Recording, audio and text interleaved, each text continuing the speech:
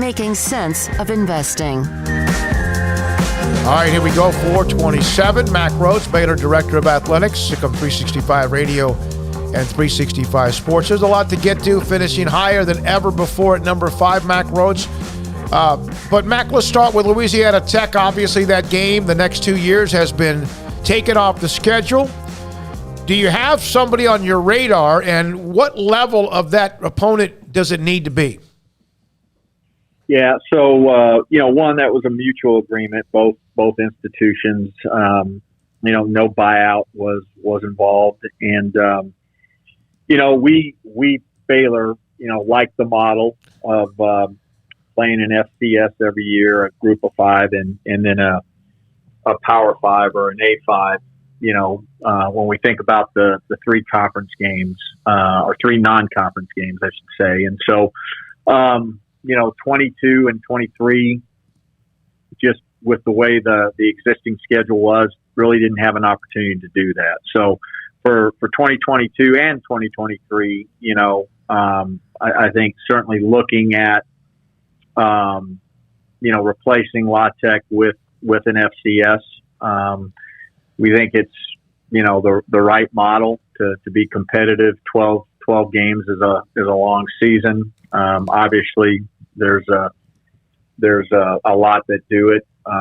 There's one particular conference that does it, and it's been well documented and talked about. And so, and we're trying to find, the right game to open up with prior to going on the road at a really good BYU team, next year. And so that was also part of the thinking of it as well. The schedule 24 through 27, we have an opportunity to, stick to that model of an FCS, a group of 5 and an A5. Again, when we think about 3 non-conference games and, having to play 9 conference. Now, we're going to be careful going, 25 and beyond, because Big 12, we're still working on what that scheduling model looks like. So, in 22 we'll have 6 home games, and in 23, we have the potential of 8 home games, and only having to play 4 on the road. So those are all of the things that went into the decision and thinking about it. Certainly Coach Aranda and I talking about it. Yeah, Mack, just to follow up on one thing you said about after 25, do you guys have any headway on that at all? I mean, of what the scheduling is going to be like, or are there still a couple of dominoes that probably need to fall? Yeah, thank you for asking, Paul. We're in the process of kind of flushing that out, and obviously with the Christmas holiday, we took a little break. But there's a small working group. I'm part of that working group. I think there's 4 of us in the conference, 2 athletic directors, and then two other members that are sport program administrators with football. So there's 4 of us that are working through that. I'd anticipate, as we think about our next Big 12 meetings, that coincide with the basketball Big 12 championships, that we'll have some models to really discuss and drill down. And I'm not sure how long, what the timeline will be from there, but it's a work in progress. Mack finished number 5 in football. Georgia, the national champs, Bama, Michigan, Cincinnati, future Big 12 team Cincinnati, and then there's Baylor right there at number 5 and 12-2. Your thoughts on a historic finish for the football program? Yeah, I'm just, I know it's, probably the same things that I've said over and over again, but just really proud of this team, and proud of Coach Aranda and the staff, but really proud of our young men, our football student athletes, and specifically, our seniors that have been through so much, and they really led the way, and were relentless, were resilient, were tough, bought in, had to buy in several different times, and throughout their tenure here at Baylor, and they really set an example for the way it should be done and needs to be done for this program to be successful from here on out. And so again, just really excited, and the number 5 ranking is it's just an explanation mark of point on what a great season and what those young men have meant to our program. So I'm fired up, and to finish number 5 is awesome. The way that Baylor plays football, that doesn't mean at times you can't zing it around, but the style now, the way that you play on both sides of the football, and I saw where Isaac Power announced he's coming back, and the special teams were incredible as well. Does that, in your opinion, give you more stability on how you can remain successful and not the up and down roller coaster that can happen at times with certain programs and styles? That's a really intriguing question. And I think there's some, Smoak, I think there's some truth to that. When you think about who we are, what we are, in terms of this institution, in terms of our athletics program, what gives us the best chance to win over time. I think you're spot on. I think there's a philosophy in terms of the way we want to play football and the way we think we can be successful, and how we best can recruit to that. And so those are all, promise you, those are all conversations that we have and we think about.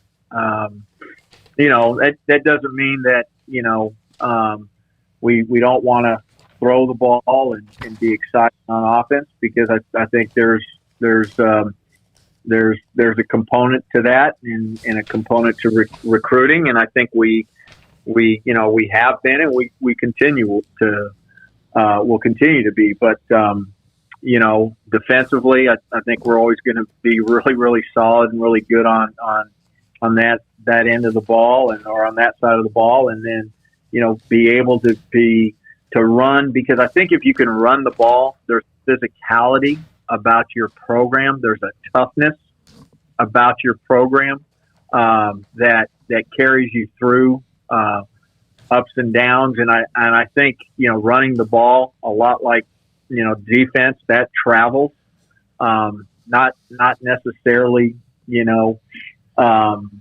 influenced by weather or impacted by weather. But yeah, we still have to have a component offensively where we're going to be excited and we're going to throw the ball. And, I think you saw a lot of that, play action pass and playing off the run and being able to throw it deep and do some things offensively, that are exciting. And, I would just, go back to how BYU looked, not this year, but the year before last, when Jeff was the offensive coordinator and you had a senior at quarterback. That was a team that scored a lot of points. And, so we'll continue obviously to try to do that. Mack, based on what we heard about the playoff expansion committee meetings and all that, should we be encouraged, discouraged, or stay the same feeling that we were, based on what's come out of those lately? Yeah, well, I was going to ask you the same question, because I'm perplexed. I think, look, bottom line, this is my personal opinion. So take it for nothing more than that. But I think the change, when you think of the Power Five or the Autonomous Five, and the 5 conferences, and 3 new commissioners, and not blaming any one individual, but I think because of that change and also because of it having to retrace steps and maybe different philosophy, I think that's a component of it, to it. And I do think we're going to get there, and if I had to guess and bet, do I think we get there before this contract expires in 2026? I do. I think we have a chance to get there before then.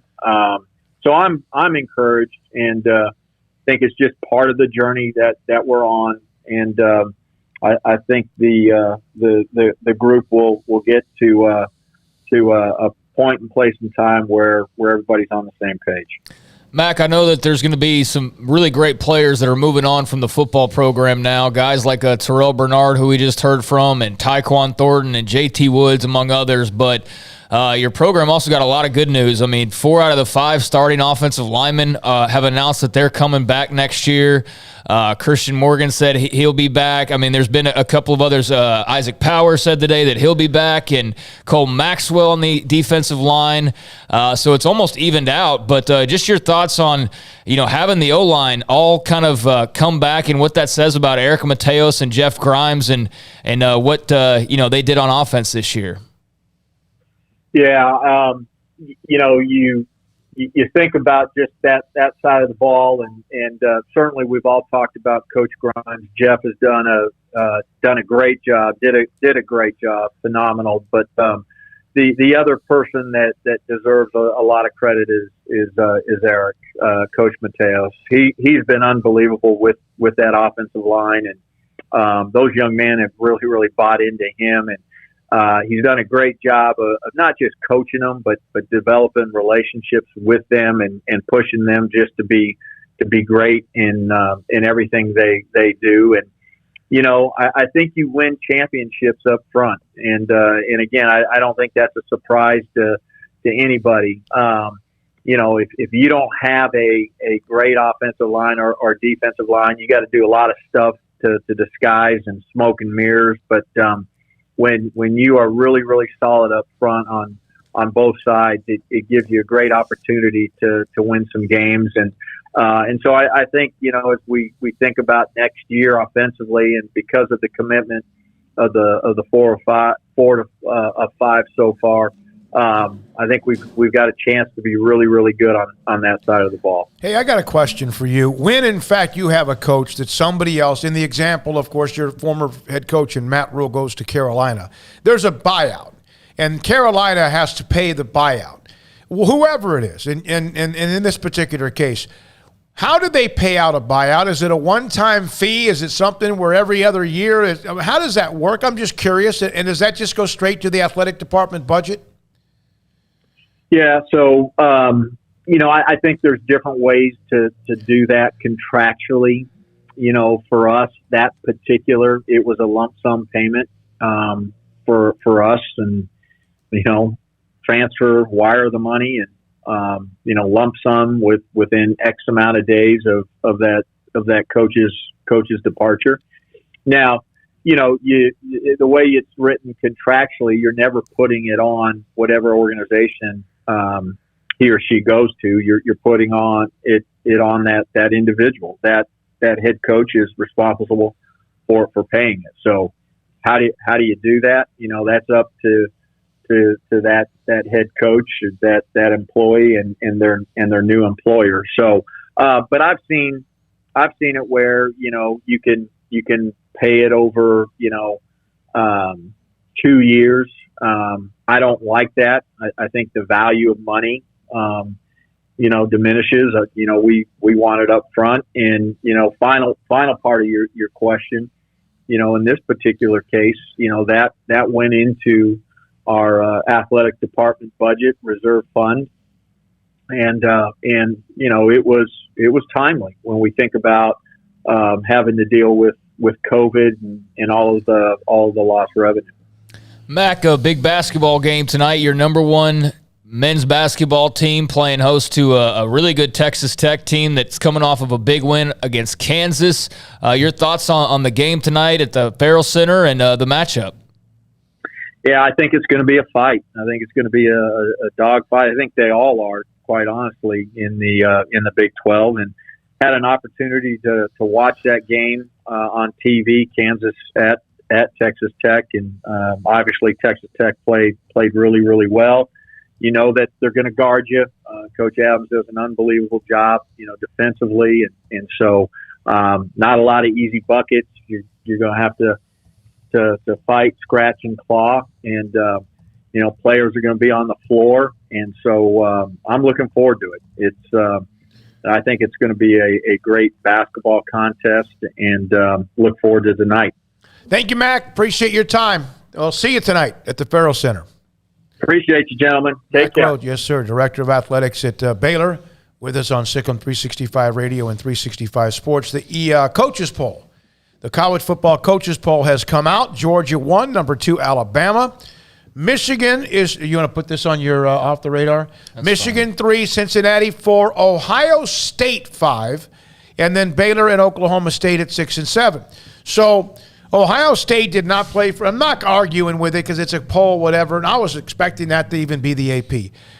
But my question about Ohio State is this. They didn't play for the conference championship game, so they obviously did not win a conference championship, and they have one less win.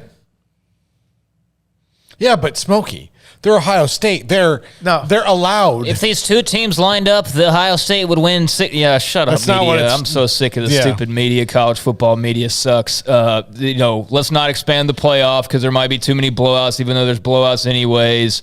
Let's not do this. Let's not do that. I mean, come on now. What did they do? Not what would happen if. No. What happened? College football is the absolute worst about two things.